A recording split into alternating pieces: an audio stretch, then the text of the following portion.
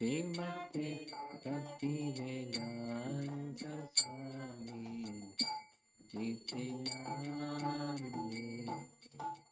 Namaste Saraswate Deve Gauravani Prachadine Nirvishesha Sanyabhadi Kasyatade Satadine Namaste Gauravani Prachadine Nirvishesha Sanyabhadi Kasyatade Satadine Jaya Shri Krishna Chaitanya Prabhu Nityananda Shri Advaita Gadadhar Shivasadi Gaura Bhakta Vrinda Jaya Shri Krishna Chaitanya Prabhu Nityananda Shri Advaita Gadadhar Shivasadi Gaura Bhakta Vrinda Hare Krishna Hare Krishna, Krishna Krishna Hare Hare, Hare Rama Hare Rama, Rama Rama Hare Hare.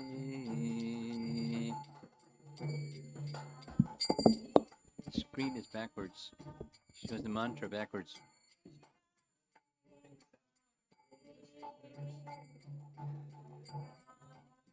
Okay.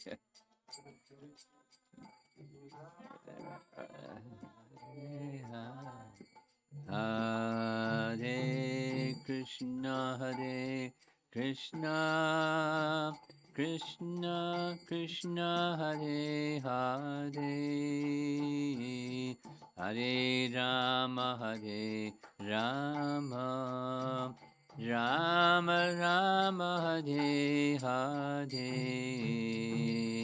Hare Krishna, Hare Krishna, Krishna Krishna, Hare Hare, Hare Rama, Hare Rama, Rama Rama, Hare Hare, Hare Krishna, Hare Krishna, Krishna Krishna, Hare Hare, Hare Rama, Hare Rama, Rama Rama, Hare Hare, Hare Krishna, Hare Krishna, Krishna Krishna, Hare Hare, Hare Rama, Hare Rama, Rama Rama, Hare Hare, Hare Krishna, Hare Krishna, Krishna Krishna, Hare Hare, Hare Rama, Hare Rama, Rama Rama, Hare Hare,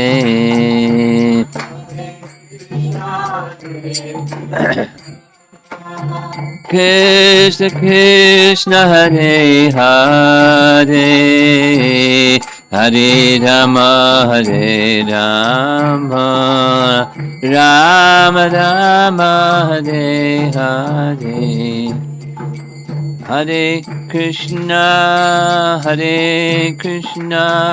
Krishna Krishna, Hare Hare, Hare Rama, Hare Rama, Rama Rama, Hare Hare. Hare Krishna, Krishna Krishna, Hare Hare, Hare Rama, Hare Rama.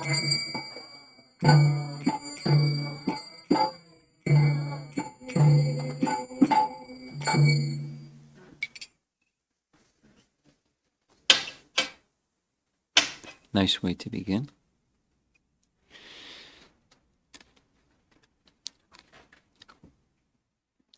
A little background on what I would like to do this evening.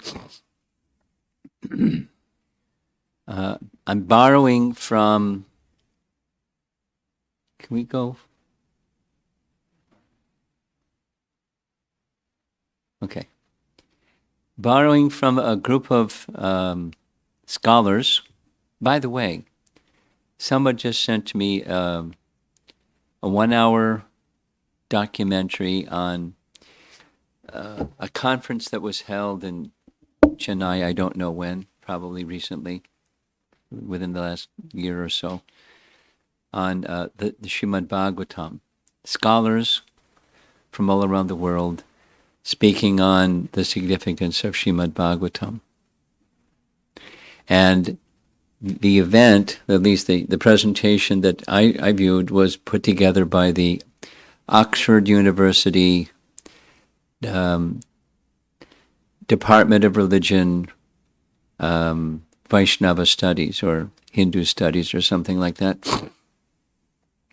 So some over the period of several decades, interaction with the religion department at Oxford University resulted in a fully accredited course in Vaishnava Studies. And there are scholastic people and there's devotee scholars as well who are part of that department. And so Oxford University Vaishnava Studies Division of the religion department got together with some people like me. You interact with the public a lot because they're in the ivory tower and I'm on the street doing my thing. How to take the message of Bhagavad Gita and make it accessible to worldly people, everyday worldly people. And so 6 months after putting together some little document, they came up with 6 values that are found within Bhagavad Gita, because value education has a buzz these days in the education world. So 6 values that are within Bhagavad Gita, and they wrote a little paragraph with each of the values, and we're going to go follow that path.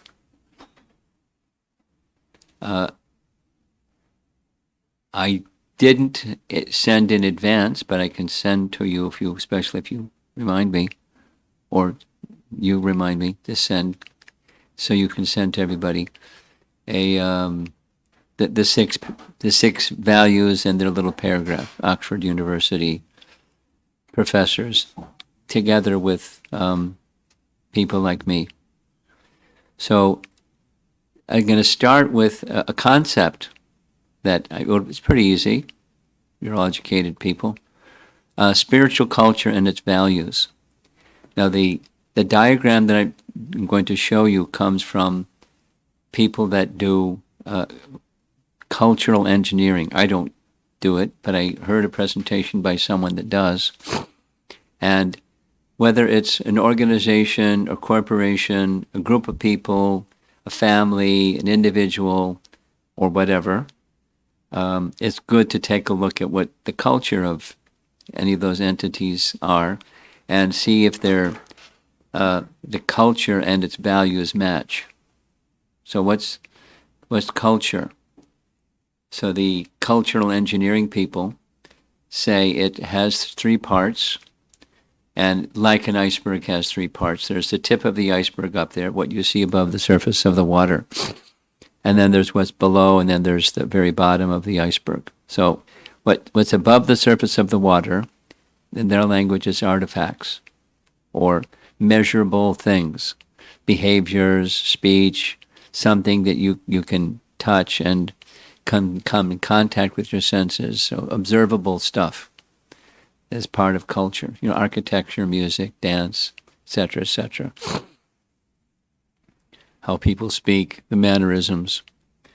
And below that, below the surface of the water, is the explicit values of that person, group, or organization, or whatever, community. Their official beliefs.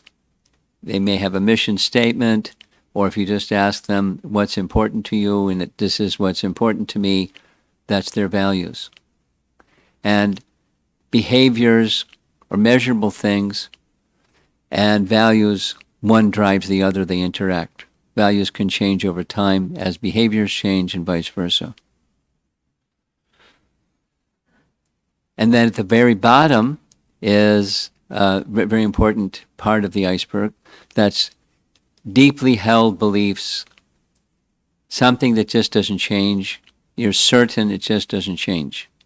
It says forever. So you believe values can change, but unchangeable things don't change. And the idea of cultural engineering is to align each of these elements. So you can say self-realization or self-discovery. That's at the bottom. There's something. There's a higher reality.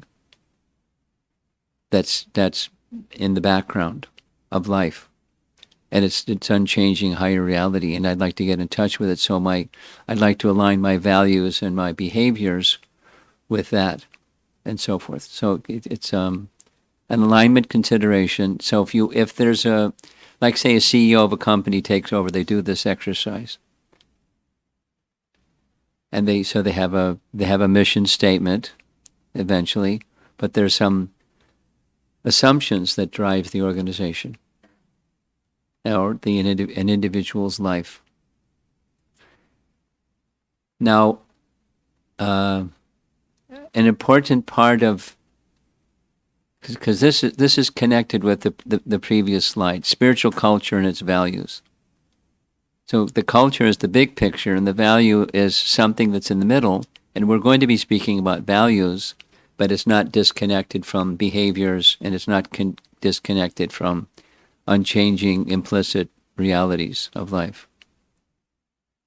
Focus is going to go to the stated values, or values that we should align ourselves with. Now, two more things, just to put this in context. Modern education has a lot to do with information, right? That's your occupation. Information technology, right? And that's different than wisdom. Information, no transformation. So wisdom is where there's a transformation at the heart level, or the consciousness level, or the meaning and purpose of life level. You don't trash information, but it's not the essence of Bhagavad Gita, and it's not the essence of wisdom. Little sharing. In 2010, I started visiting China. And I've been visiting China for maybe, except for the pandemic, before the pandemic, about 2.5 to 3 months out of every year. And I learned a lot about the culture of China and the people of China and so forth. They're wonderful people. They invest a lot in Chinese wisdom literature, Lao Tzu and Confucius and this one, that one. And so Buddha's teachings. So because I was spending time there, it was important for me to have some sense of what's in those Chinese wisdom literature. And it's not, essences are not so different. Or say it the other way. When I present Bhagavad Gita, they go, oh, that sounds like Chinese wisdom literature. So there's truths in Bhagavad Gita that are universal truths. It's not new, but the wisdom of Bhagavad Gita has a purpose. That's the bottom of the iceberg part. That is, there's a source of everything, and the human mission is to connect with that source of everything, which we're part of, from a spiritual perspective. We're part and parcel of that which is the source of everything. We're spirit souls, parts of the Supreme Soul. And human mission is to realize who we are. Or in simple terms, know who you are. And know who you are is a big phrase because you're part of something that's much bigger than yourself. So what's that? That's part of who I am. So knowledge and wisdom, different than just information and information processing. So if with that picture in mind, those two little images, here's another one. There's an interesting graphic. There's people walking through a door on one plateau over there on the left side, and there's a big space in between, and they're heading for something that's over there on the right side. And that's, say, where we are and where we want to go. And it's true materially and spiritually. I mean, for those of you that now have your careers, you probably spend a lot of hours preparing for the career and then finding the job and executing. So as with anything you do in the world, spiritually there's also the wisdom of Bhagavad Gita also shows there's a destination and transformation that takes place by contacting the wisdom of Bhagavad Gita, but there's a big gap between where we are and where we want to be at the other end of internalizing Bhagavad Gita's message. So in cultural and social engineering, there's this term liminal space. It means, if you want a person or a group or an individual or whatever to go to some ideal, some standard, some attainment, socially and spiritually, there's a transformation or transition territory, liminal space.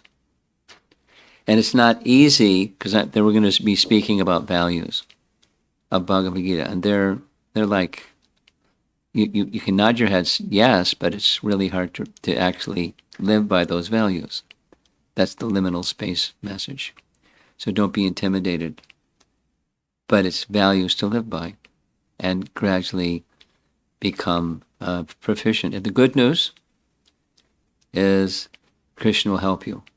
He just showed up on the screen there in that space. And if you follow Bhagavad Gita's message, then that transition becomes a little smoother because you're getting a lot of help from Krishna. That's Bhagavad Gita. Okay, so these scholars from Oxford University selected as their first value something that's found right within the Bhagavad Gita itself, Samadarshana. Sama means equal or same, and darshana is to see.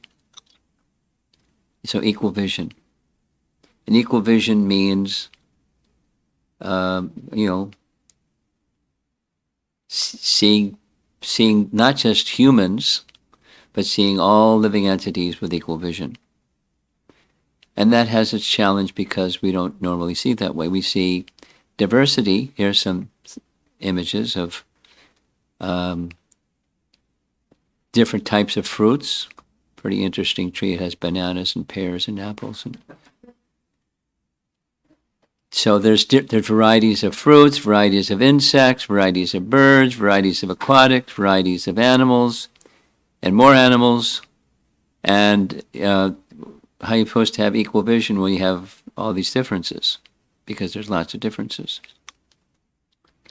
And not only in different species of life, amongst human forms of life, different cultures, different languages, different flags, different values, there's lots of differences. Sometimes too many. People start to quarrel with each other because of their differences. And then even within a group of people, there's different ways of reacting or responding to different situations. And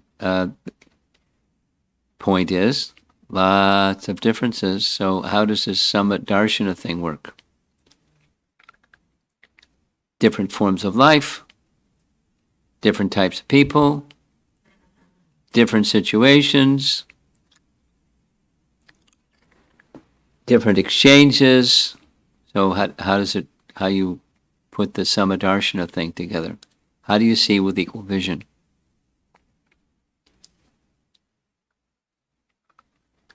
Just something on a personal note. Once upon a time, I was a kid. And in the Bible, it said, you should love your neighbor as yourself. And I really struggled with it because I knew it was like a really important teaching. And my struggle was, there's some people that I just don't want to be around. And yeah, I don't really love them, but I'm supposed to love them. Love my neighbor as yourself. I mean, some people are fine, but some people are obnoxious, and I really don't. So, how to do it? And as many times as I asked different people, including priests and my parents and this and that's and well-wishers, I didn't get an answer. Well, at least I didn't feel lonely. There are other people that don't know either, but from reading Bhagavad Gita, I came to understand it. I mean, it's not profound.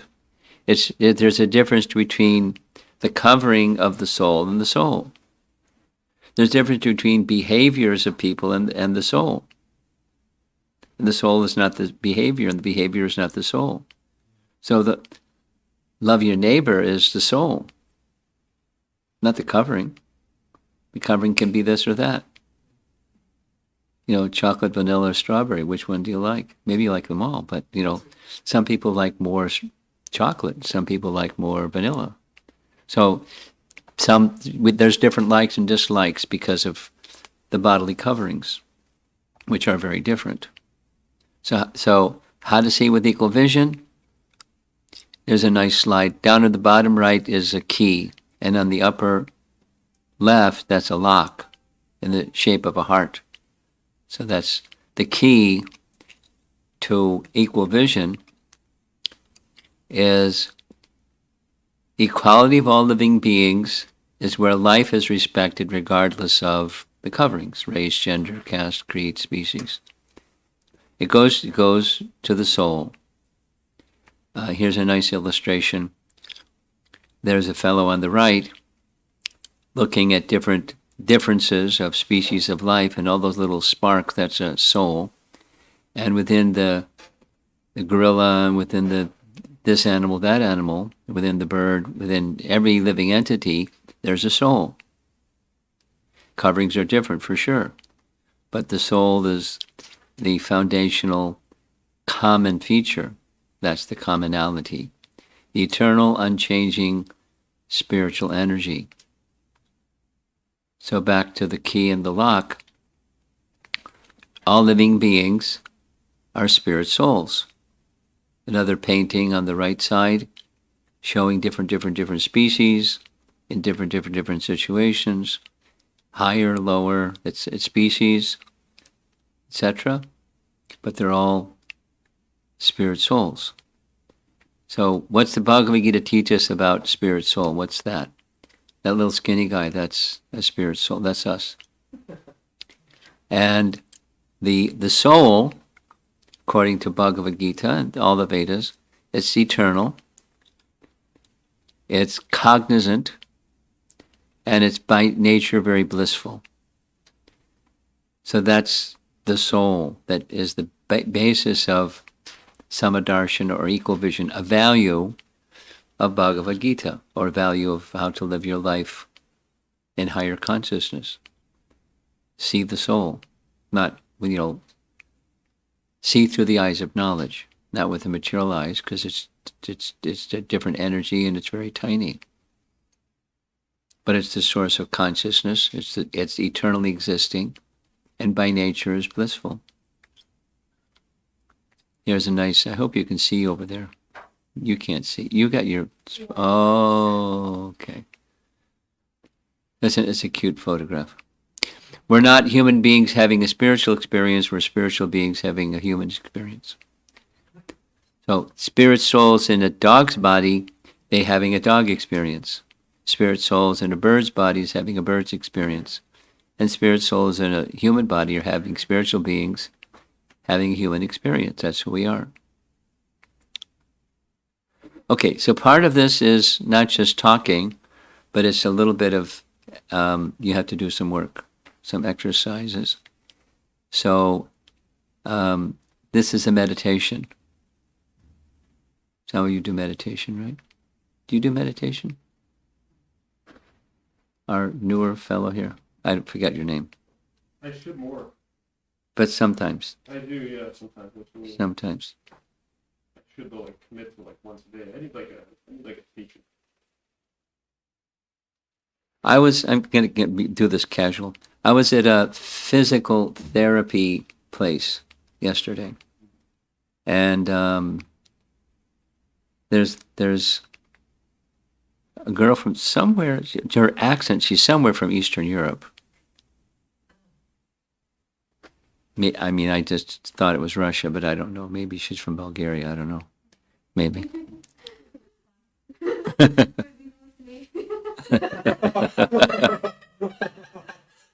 Anyway, they're really good at what they do, and so it's getting some ultrasound because I had some pain in my shoulder, and said, the person in charge of this place, her name is Ritu. She's really good.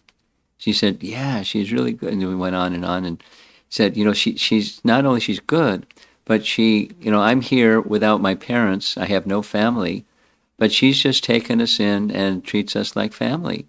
We go to her home, and she does meditation with us, and she gives us some teachings, and it's like, I feel I have a job, and I have family, and it's like she's a lovely person, and she really knows what she's doing. I'm learning a lot with the Saki. So meditation helps do your life well, do your job well, and handle stuff that life throws at you that's maybe not so nice. It helps you do what you do better anyways. It's good. Meditation's good. I've been told many times. I really need to. Okay. So we're going to do a 2-minute meditation right now. And it's going to start with, if you don't mind, some deep breaths. Close your eyes and we'll just ask you to breathe in and breathe out. So inhale.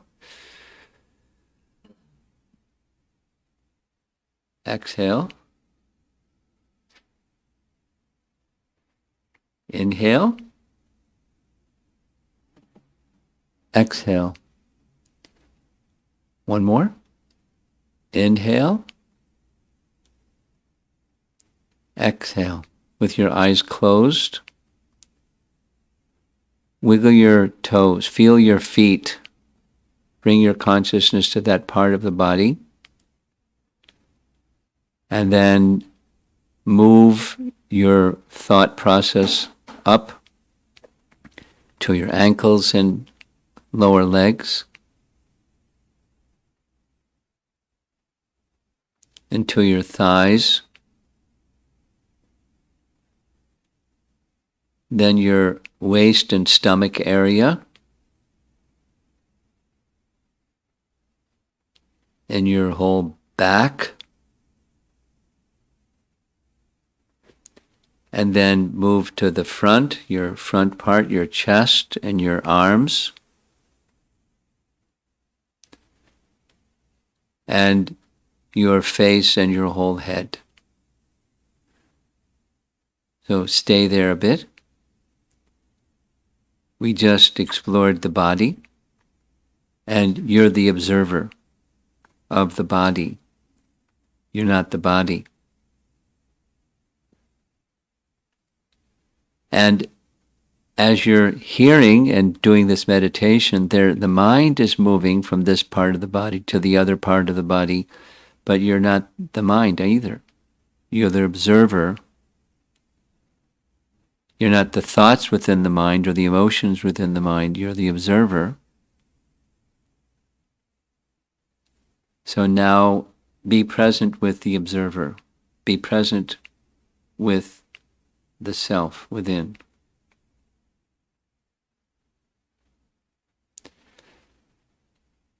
Take slow, deep breaths and sit inside your heart.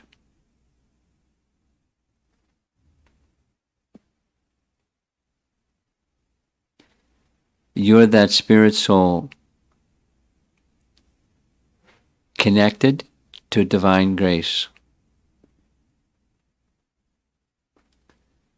And in that meditative mood, stay there. Now, those of you that chant, we can chant 2 times, 2 mantras. Hare Krishna, Hare Krishna, Krishna Krishna, Hare Hare, Hare Rama, Hare Rama, Rama Rama, Hare Hare, Hare Krishna, Hare Krishna, Krishna Krishna, Hare Hare, Hare Rama, Hare Rama, Rama Rama, Hare Hare. Okay, so you can open your eyes and we'll join each other in the room again. That seat of consciousness, that's who we are. And the Sanskrit word is Atma. Commonly we use the word soul. And the soul pervades the body. Consciousness pervades the body. And it gives life to both the gross and subtle aspects of our life. Mind, intelligence, and false ego, the subtle aspects. And it's very, very powerful. And according to the Vedas, as powerful as the soul is, it's really tiny. That tiny soul, according to Svetashvatara Upanishad, I won't read it, but if you take the tip of a hair and divide that tip of a hair in 100 parts, and then take one of those 100 parts and divide that into 100 parts, that's really small. That's how size the soul is. Very, very tiny. Smaller than an atom. And that smaller than the atom animates the elephant, as well as the little squirrel, the little microbe, or whatever is alive. It's the animating and conscious force of life. And it's possible, through the wisdom literature of Bhagavad Gita, to become conscious of that soul. Here's a nice Bhagavad Gita text. Watch the changing images on the screen. The living entity, thus taking another gross body, obtains a certain type of ear. There's an elephant ear. Tongue. Eye. Tongue. Nose. And sense of touch. which are grouped about the mind. Thus he enjoys a particular set of sense objects.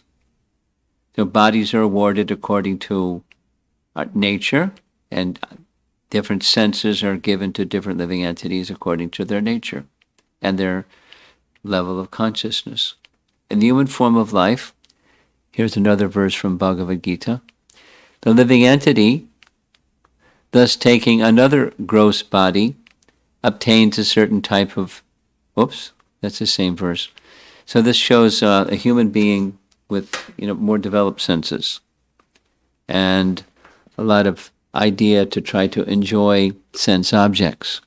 And when we're caught in the world of trying to enjoy sense objects, the natural outcome of that is we forget who we are, because we're absorbed in the world around us and not the world within us. That's why meditation is very helpful, because it allows you to be more peaceful and calm and meditate on the soul or the self within. So, although in different bodies, this is this value of Bhagavad Gita, although there's different bodies, every living entity by nature is an amazing spirit soul, just covered by illusory energy. Now here's another nice teaching. I hope you like Bhagavad Gita teachings. The different degrees of covering are compared to the covering of an embryo in the womb. That's where the living entity is in the womb, is still conscious, but more covered state of consciousness within the womb. Like the image is like a tree. Its tree is conscious, but very covered consciousness. Or the animal form of life is consciousness is compared to a mirror covered by dust. And the third is fire covered by smoke. It's from Bhagavad Gita, chapter 3, one of the purports. So there's stages of consciousness. Covered to this way, covered that way, covered another way. But the goal of Bhagavad Gita is to become uncovered, or pure consciousness, to contact, to touch that state of pure consciousness. And when one has that state of pure consciousness, that's the Samadarshana stage. Here's a nice image, also taken directly from Bhagavad Gita, chapter 5. The humble sage, that's that fellow on the right, by virtue of true knowledge, the sages see with equal vision. A learned and gentle Brahmana, that's that fellow on the on the left, dressed in a white cloth. A cow next to him. An elephant, a dog, and that other scary-looking guy, that's a dog eater. So coverings are obviously different, but there's something that's the same amongst all those differences. And the wisdom of Bhagavad Gita is to come to the stage where you can see other living beings with equal vision. See their, in principle at least, see their spiritual identity. And when that spiritual identity is understood, then everyone's a person. The little monkey guy there, he's a person, and the plant that grows the flower is a person. There's life within that has the spark of life, gives personhood to all forms of life. Equal vision begins with seeing ourselves as what we are and seeing other living beings as who they are. Okay. Now comes another little exercise. Like, how do you do this? Like I said when I was a kid, seeing everyone, loving your neighbor as yourself. Well, that's a nice idea, but some people are not so lovable. At least some behaviors are not so lovable. So here we go. What are some of the challenges or challenging situations where you feel that you cannot see different people with equal vision? When we did this at Illinois Institute of Technology, this was the favorite part of the whole class.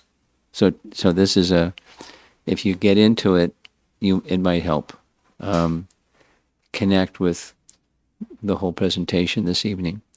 What are some challenging situations where you feel that you cannot see different people with equal vision? Think of one person in your life with whom you have difficulty now. I can think of one. Or, in the past, write down the incident and how you felt at that time.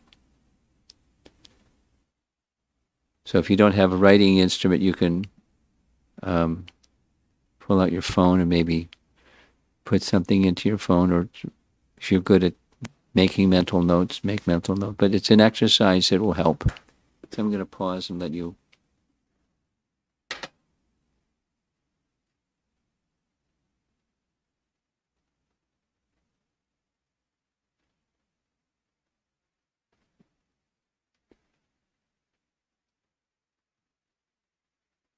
An incident that was difficult with another person and how you felt at that time.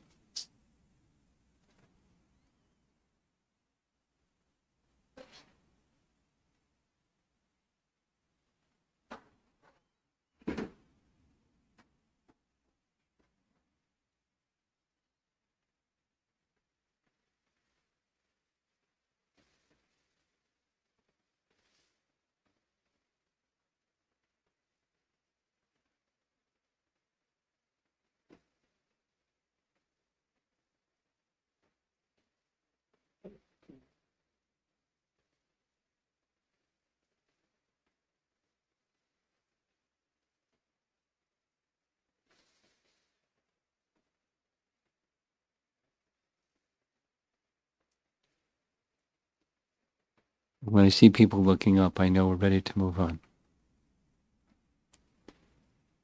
He's going away. Okay. With your inner vision, consciously see that same person as a spirit soul, no matter how badly they may have behaved externally.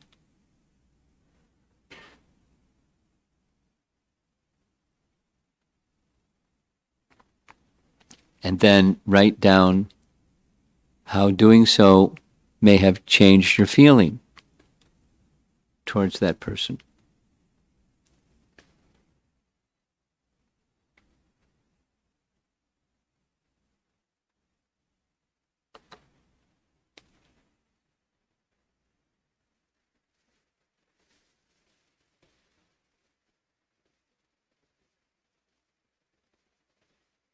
So hope you don't mind sharing, but the next exercise is with somebody next to you or nearby. You can share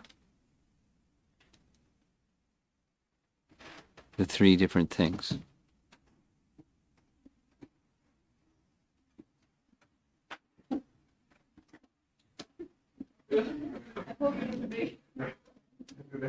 I guess you can do it in three. That'll work.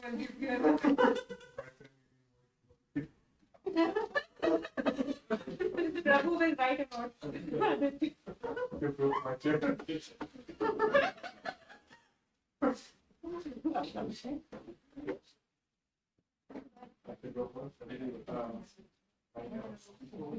So basically, yeah, I answered the second question. Yeah, basically, it's when I also I graduated, so I was working on the final project, which is a clarification project. But really, I did most of the work in the field. So I was having some issues with this other guy. So, right? Yeah, classmate, yeah. And in our final reading, each of us had to give a peer exam for each of us, right? And I gave everyone a good grade. He gave, I mean, everyone else gave everybody a good grade. But he gave me a horrible grade. Then when I looked at my transcript, it was like he went like 0.3 points down because of one person. I got a not just one. So it was worse because I could have done the same thing. I could have written how to obviously last particular time, but I didn't do that necessarily. And then it was like too difficult days right now. The professor said I was integrated, keep into evaluation, keep into evaluation. And then the guy told me, he just was too heartless, and we all graduating at the same time. And How about our online people? we all lived Oh, so I didn't like this guy and I like to see this guy as like third soul, so I like that. Just take out the external package. And I think one thing that taught me is that he's the same as me. At the end we're not everything. Although he may have done something, but that's just the level of psychology. But slowly both are already in nature, in operating system, such that we have to be able to run off. But deep down, the same energy that I felt. So yeah, that's what I try to find towards you.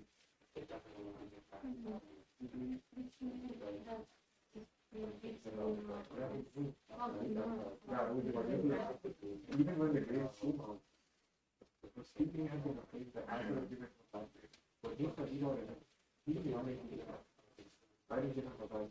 So if you were not to think, oh, so maybe I overreacted, I think, but he didn't change his value. So that was like, I felt bad. So right at the end of your program, you get someone that kicks you in the back and you recover. What about you?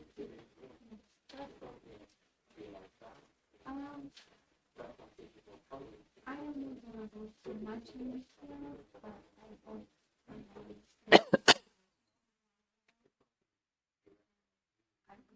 only do that if I know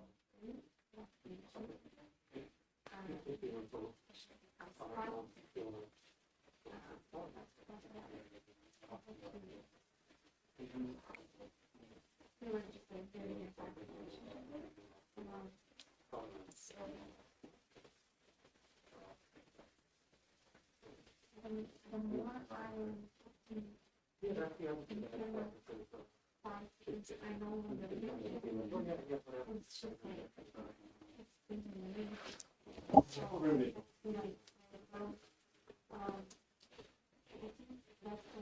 afterwards I learned that I don't necessarily know the not just to do life and grow, so that's very good for everybody.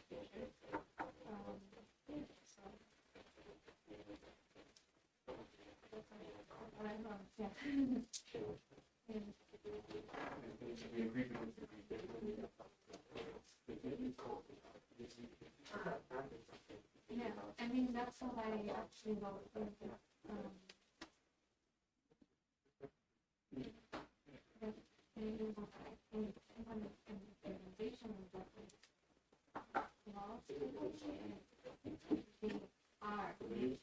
Changing completely. That's what I feel like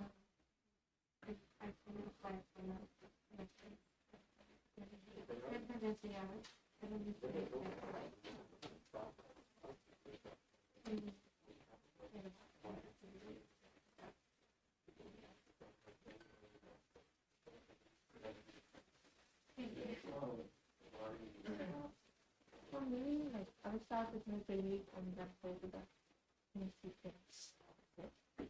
So in general, my belief is if someone is talking to somebody else, respect their space. Someone will start. So if someone behaves with me in a way that really could be, I will be like,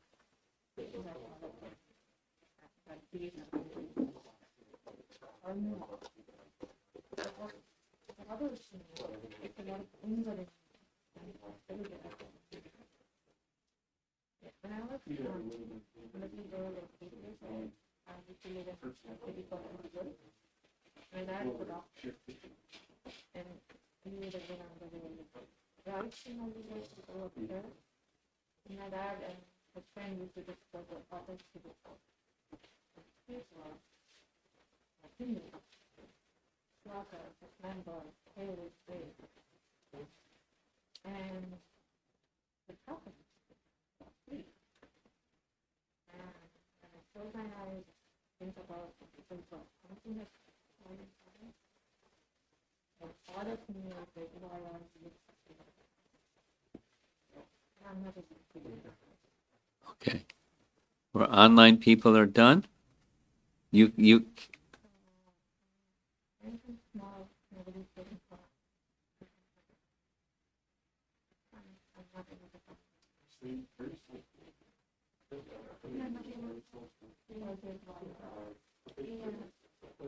And it bothers me for the non-violent person to see things like whole thing is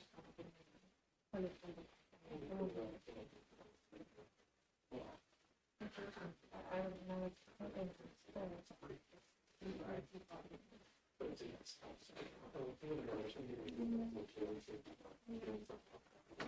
I have a suggestion. Let's refocus, and then you can continue because we need to. This is the last slide.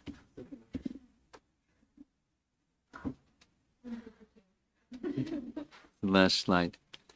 So there's a Bhagavad Gita image again, Krishna and Arjuna on the battlefield, and Krishna's instructing. Now he had a big problem, but the problem got resolved just by hearing Bhagavad Gita's message. So, no, our standard or like run of the mill consciousness is identifying things in terms of the externals, and it doesn't mean you just turn that off and don't see differences external. But while living our lives in practical ways with what's outside of us that's externally all kinds of variegated, the message and the driving force of Bhagavad Gita starts with chapter 2 is seeing the soul within. And the subsequent values build upon the first one. So you're going to have to hold your breath till we get to the next one to see how the sequence flows. Or when I send you the 6 values, you can look at it tonight or tomorrow or something and see how the flow goes. It's very practical. Spiritual, but very practical. So let's see if there's some discussion, because we've been going for 1 hour. Any thoughts on what you've heard? Or comments?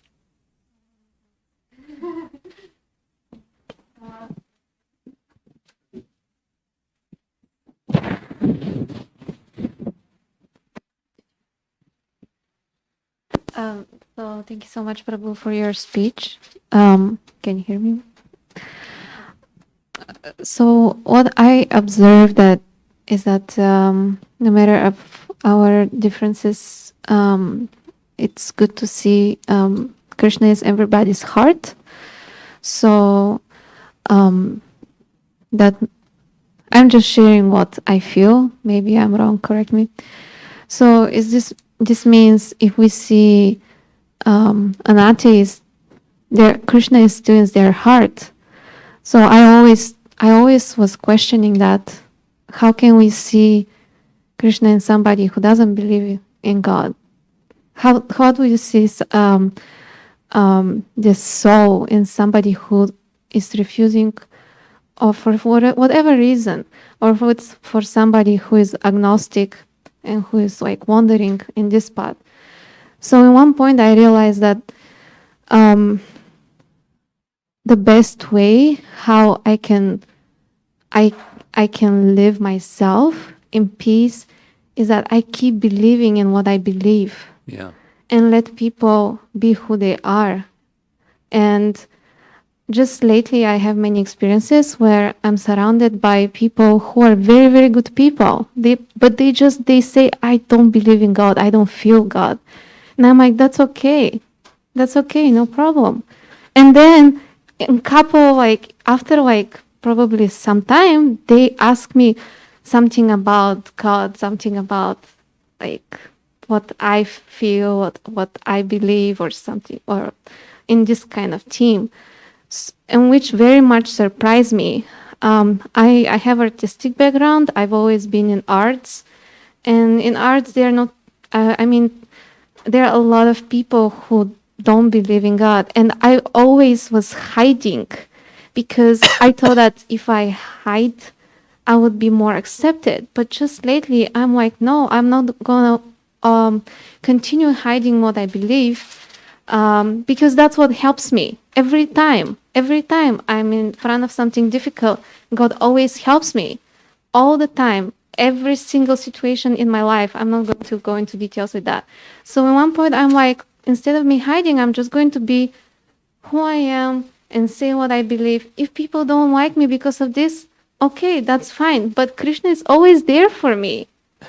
So believe me or not, like um, I am so surprised and I'm so happy to find out that no matter what actual belief somebody has, if you see their humanity, if you see the this diamond like soul that like God has for every single person, eventually it doesn't matter at one point. It doesn't matter. And I've been like for many years like struggling with that. How am I going to live around people who don't believe or who are agnostic or who are like doing some other things? So it is actually not like in your last speech. I was here and you were telling me you just have to be a little more stronger. Now that I see that it's a proof that if I am more stronger in my beliefs, then it's my life gets easier, and then handling everything else is so much easier. So thank you. That's what I wanted to share. Nice. And it's infectious. You pass that on to others. That's important. And it's whether that happens or doesn't happen, it doesn't change what's inside. But it's in fact when it's inside, it comes outside, and it has an uplifting effect on the world around you by consciousness. Great, great.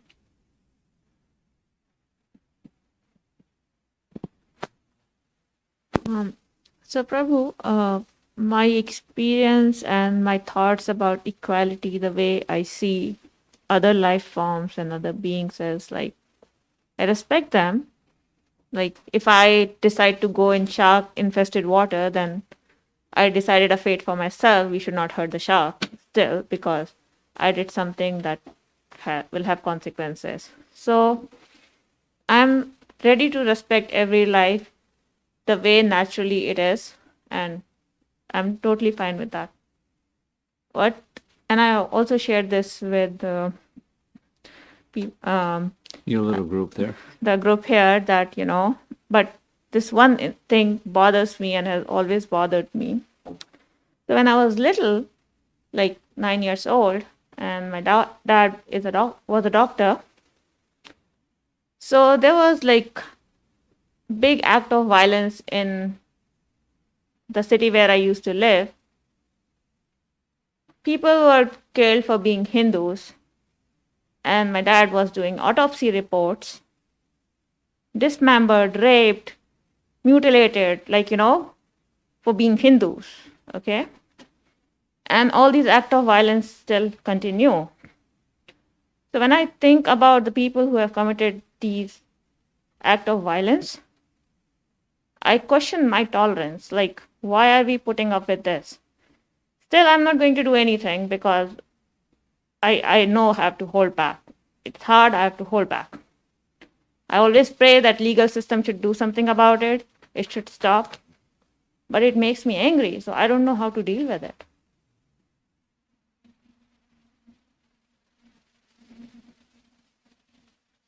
I don't know how to deal with anger about that situation. Because it's bothering me every day, and every time I need something, like last week's newspaper from India, someone again was killed because he was working for a temple. Why?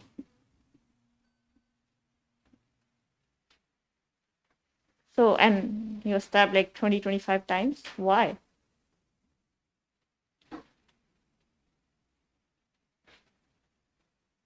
Yeah, it makes me angry. So I just wanted to share that there are certain people who commit act of violence. I'm not able to see them as equal souls, and I'm not even able to forgive them. Okay. So, Well,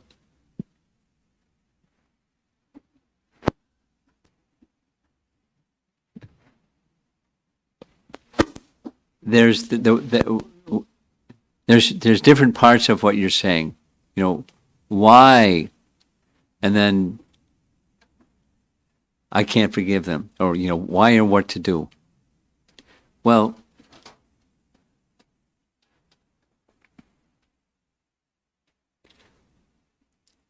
from Bhagavad Gita, the why is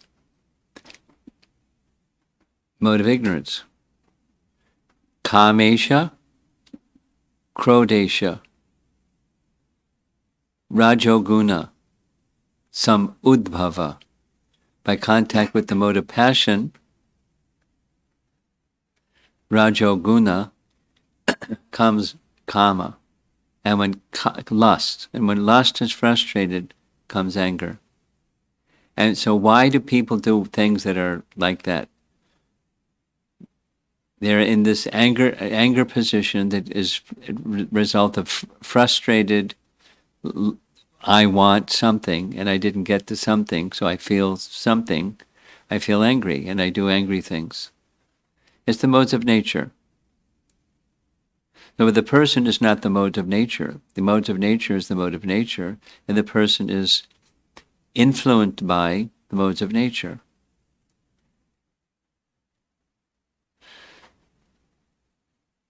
The soul is the non-doer. So matter doesn't move without the presence of a soul. Just like moving the chair a little while ago. Matter doesn't move without the touch of a soul. So, but the soul can be influenced by this mode, that mode, the other mode. And when influenced by the modes, one acts according to the influence of the modes. That's why. Now, the behavior doesn't need to be forgiven, but the soul can be forgiven. Because when somebody that's in the grip of the mode of ignorance, they're suffering. And they do things that are inflicting suffering on others because of the mode of ignorance. So it's expanding darkness or ignorance. But it's springing from their suffering. A person that does some act of cruelty or harsh and inconsiderate, there's something inside that's really paining them. That's why they do the hurtful things. It makes up for that hole, that hurt that's inside. But it doesn't. It just perpetrates more. Ignorance promotes ignorance. Goodness, like this other, goodness promotes goodness. And it doesn't mean just snap your fingers and okay, now I can see the soul and I can see the behavior is not the soul. The behavior is abominable.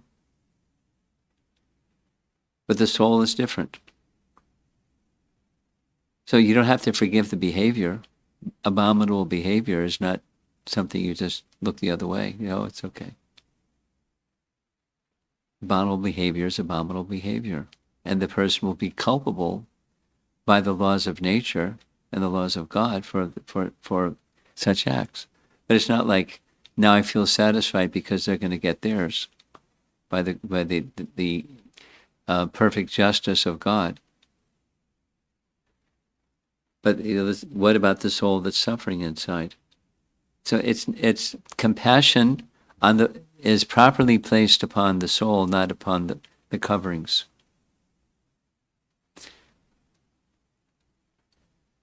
No, there's a holistic picture of life. So somebody that's in that angry mood, why are they angry? And you may or may not be able to do anything other than prayer for that soul to help mitigate the pain that they're feeling that's causing the hurtful act.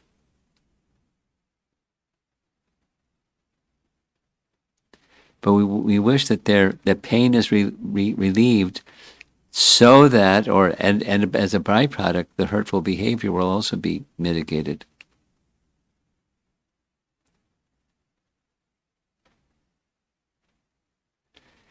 But that takes a higher consciousness than most of us have. We just get, we have our threshold, and certain things are just unconscionable, and we can't cross beyond the unconscionable state. But higher consciousness can. I was having a conversation just today with somebody that's a higher consciousness person, and we were speaking about a lower consciousness person. And this higher consciousness person was saying, deep inside, I think he means well. So it's not just a question of meaning well, but when you do hurtful things, it's hurtful. Anyway, to elevate such a person or it's really big. It's really big. It takes a great soul to lift people in lower consciousness, and some people don't want to be lifted. They're stubborn and they're stuck, and that's where they are. So we can't, and are not necessarily going to be able to change that pattern of behavior in the world because it's there in the world. It's part of the modes of nature, and the modes of nature are acting to influence not just human beings, but all beings in different ways. So an acts of cruelty is part of what the modes of nature do to people. So what can you do? You can be an instrument of consciousness elevation. It may not stop violent acts, across the board. It's going to continue. Modes of nature are going to do their thing. But if you can influence others to the degree that you have spiritual strength and potency to do so, others can be lifted and maybe check themselves from acts that would be born of frustrated desires to do something that's angry. But you have to have that capacity yourself in order to extend it to others. Right now I'm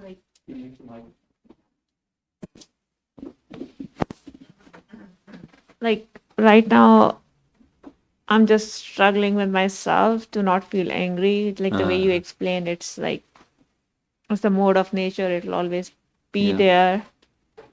You got your modes too. Yeah. I just feel okay, so I'm the only one who is supposed to hold back. No, and be non-violent. No. Everyone don't think else like have that. the license. Don't think like that. That's not the message. You're responsible for yourself. You're not responsible for everybody else. Yeah. You may have your concerns that it's out there, but you're responsible. That's something you have control over is yourself. That's your project. I agree. But yeah, like the way you said, it'll take me some higher level of consciousness to accept it. I will not be able to forgive for sure, but Okay. just to accept that this is how nature works. Yes. And you could say, well, why did God make nature like that? So he's the one that's to blame. But you know, he doesn't interfere with the free will of living entities, and that's on the menu. They can say no. I'm not going to be situated in goodness. I'm going to be situated in anger. So here's the option in the menu. There's variegatedness, and it's just part of material nature. Now, there will be consequence to that person who does acts of violence to others. It's inescapable. But we don't want them to, get smacked because they did an act of violence, and that they'll feel better because they got smacked. It'll happen. Inevitably. There's justice in the universe. You may not see it before your eyes, but there's justice in the universe. So now, what are you going to do about the tendency of living entities to go in that direction with their free will choices? Elevate consciousness.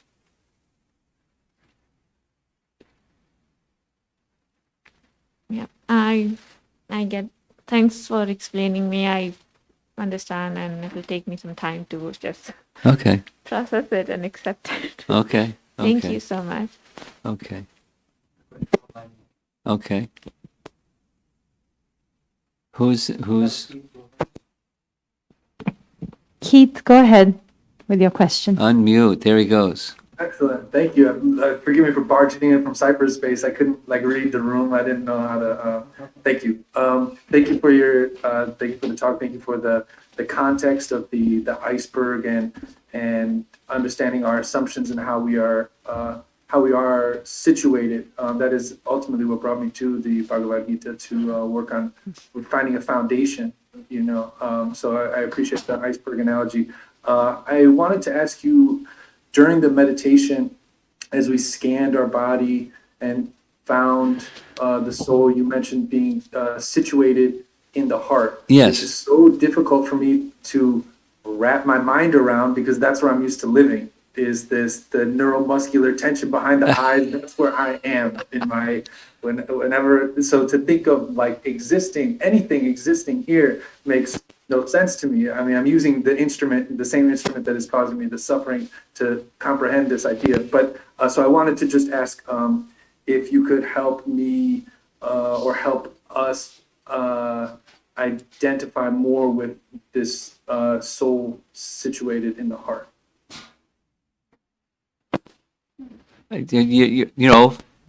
Modern psychology uses this right brain, left brain thing.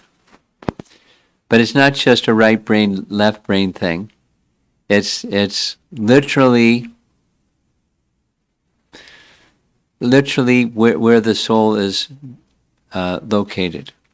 Now, what's going on with the cerebrum is animated by the soul. When the soul departs the body, the cerebrum is kaput. They're thinking and intellectualizing and all of that. It's over. Because the animating factor is driving the machine. So you're not the machine. The machine is happening because of the presence of the soul, but it's a machine.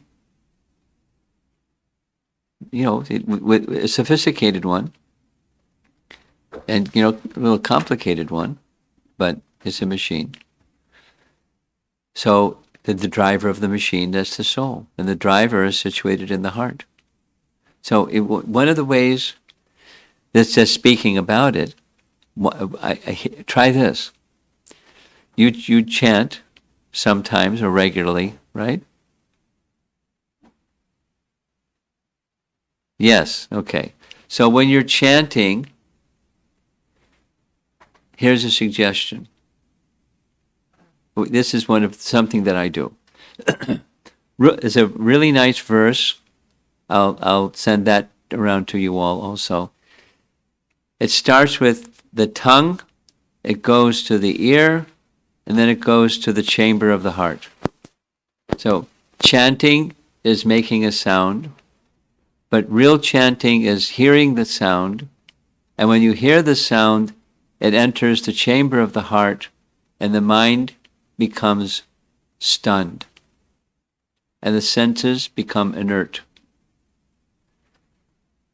But it's sound, hearing the sound, letting the sound enter into the courtyard of your heart. And it's a meditation that instead of being, behind your eyeballs, you're in your heart. Because the sound goes there. It makes the heart very still. And makes the mind calm, serene, peaceful, transparent. And you can feel. Mantra meditation is a medium for going to the heart. A key, an essential key, is hearing the sound, not just making your mouth go and making a sound and your mind is all over the place, but hearing the sound will help capture the mind, and that's when things become very peaceful within the heart. It's a spiritual experience. You won't get that just by being smart, or having an intellect that can analyze things well. It's an essential part of life, but it's not sufficient for spiritual realization. We use it like we're doing it right now, using it, but it's not sufficient.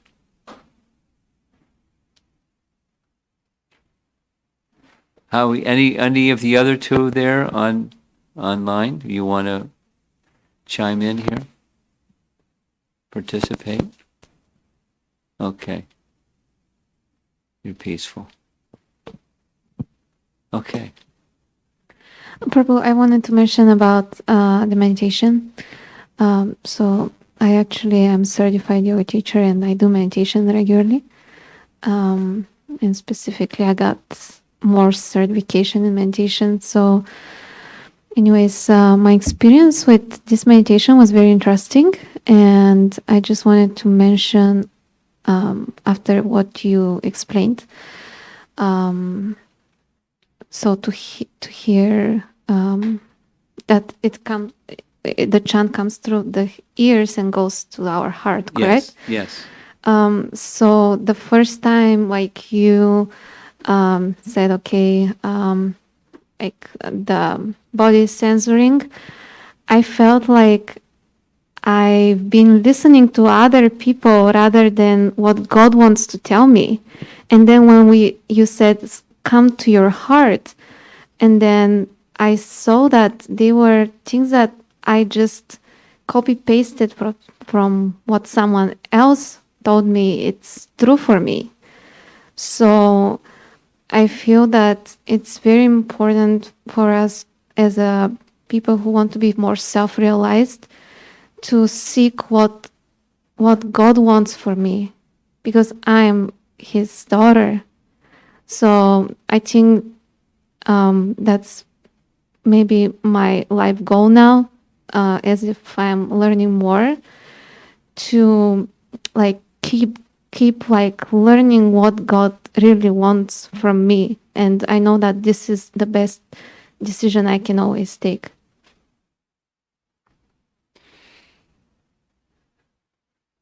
Having what we did was, there's a name for it. It's called the guided meditation, and especially when groups do it together, like we did, it has a kind of a synergistic power to it, and it's not so. Following suggestion, if I've understood you correctly, following suggestion is part of I guess you could say, teamwork. It doesn't take away your individuality and your individual expression.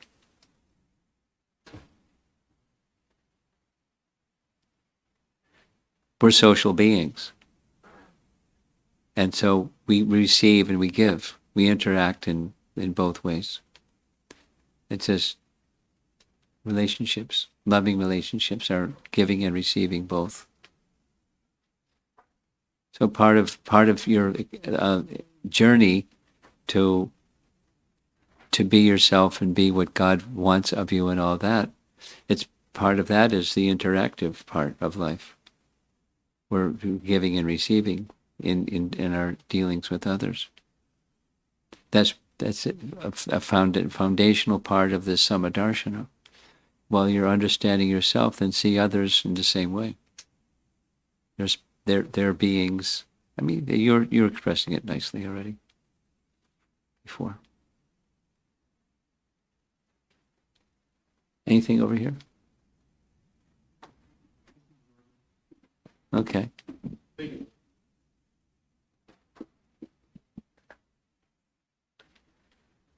All right, so based on the discussion so far, it seems like there is a balance to be struck in terms of appreciating the fact that every other person also has a soul, and at the same time, not being complacent in terms of how we address the externals of their behavior. Yes. So Yes. that said, I was trying to understand what are the principles or what are the considerations that I could keep in mind to understand whether I'm going off balance. So in terms of like, am I becoming complacent in terms of just saying, oh, it's also a soul, they're just dealing with their coverings, I don't have to worry about what they're doing, but at the same time, going on the other end of the spectrum where I'm just getting so consumed by what they're doing that I just forget. Samadarshana doesn't mean complacency. Right. I mean, it doesn't mean judgmentalism either. It's discriminating factor. Back to the prior question. The discriminating factor is the intelligence, and the intelligence, spiritual intelligence is within the heart. No. Yes. No. Yes. Spiritual intelligence. This is because Krishna is within the heart. You can look up in Bhagavad Gita 15:15. Krishna is in the heart, and from Krishna comes intelligence and knowledge and forgetfulness. From Krishna comes intelligence. Spiritual intelligence. Spiritual intelligence. So, when you're acting from the platform of spiritual intelligence or the soul that's within yourself and within others, supposing you see bad behavior, or supposing you see someone's in a dangerous situation, they're putting themselves at risk. You know, go, oh, spirit, soul, and la-di-da. It's not complacency. You see spirit, soul, and then you, with intelligence, you act as appropriate for the circumstance. You know, like, Sri Radhika and her boys. She's interacting with them all the time. There, his head just went up. So there's lots of interaction, but this is wholesome and that's unwholesome, and so there's guidance and there's parent, child, friend, and person of the world and person of the world, and so we're understanding how to act appropriate for the behavior, but we're not forgetting, the seat of consciousness that's meant to be connected to Krishna, but often is forgetful. It's not complacency. Samadarshana is not complacency. Oh, spirit, soul. And how would appreciating this aspect manifest in terms of how I'm actually dealing with this person? So I've addressed the behavior, great. Well, that takes intelligence. How to what's the best way to act in a given situation with a given person? Takes intelligence. It's going to change, but there's principles.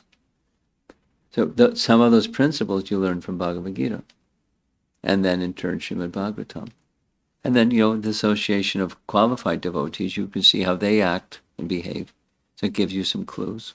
Because we're not cookie cutter people, we're individuals. But you get some principles and you apply the principles according to the intelligence that Krishna gives you.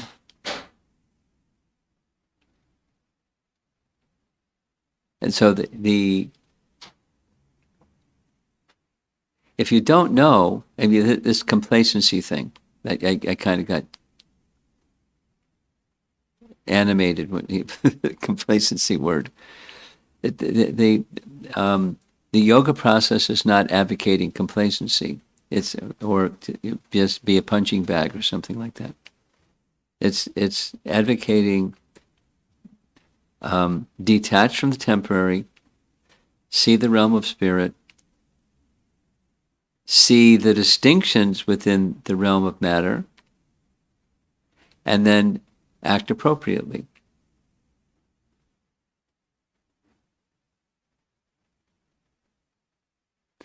When you see a tiger, it's not like, oh, tiger, and you go and embrace the tiger. So Samadarshana, we make distinctions about coverings and what's appropriate behavior with this covering, that covering. That's intelligence, discerning one thing from another thing. So it's not advocating complacency. It's advocating don't lose track of who you are, don't lose track of who the other person is when you're navigating through life. Samadarshana. If appropriate, someone is to be dealt with strongly.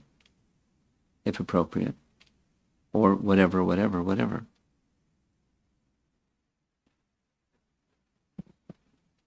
Okay, I think we're going to wrap up. Is that all right? It's 8:35.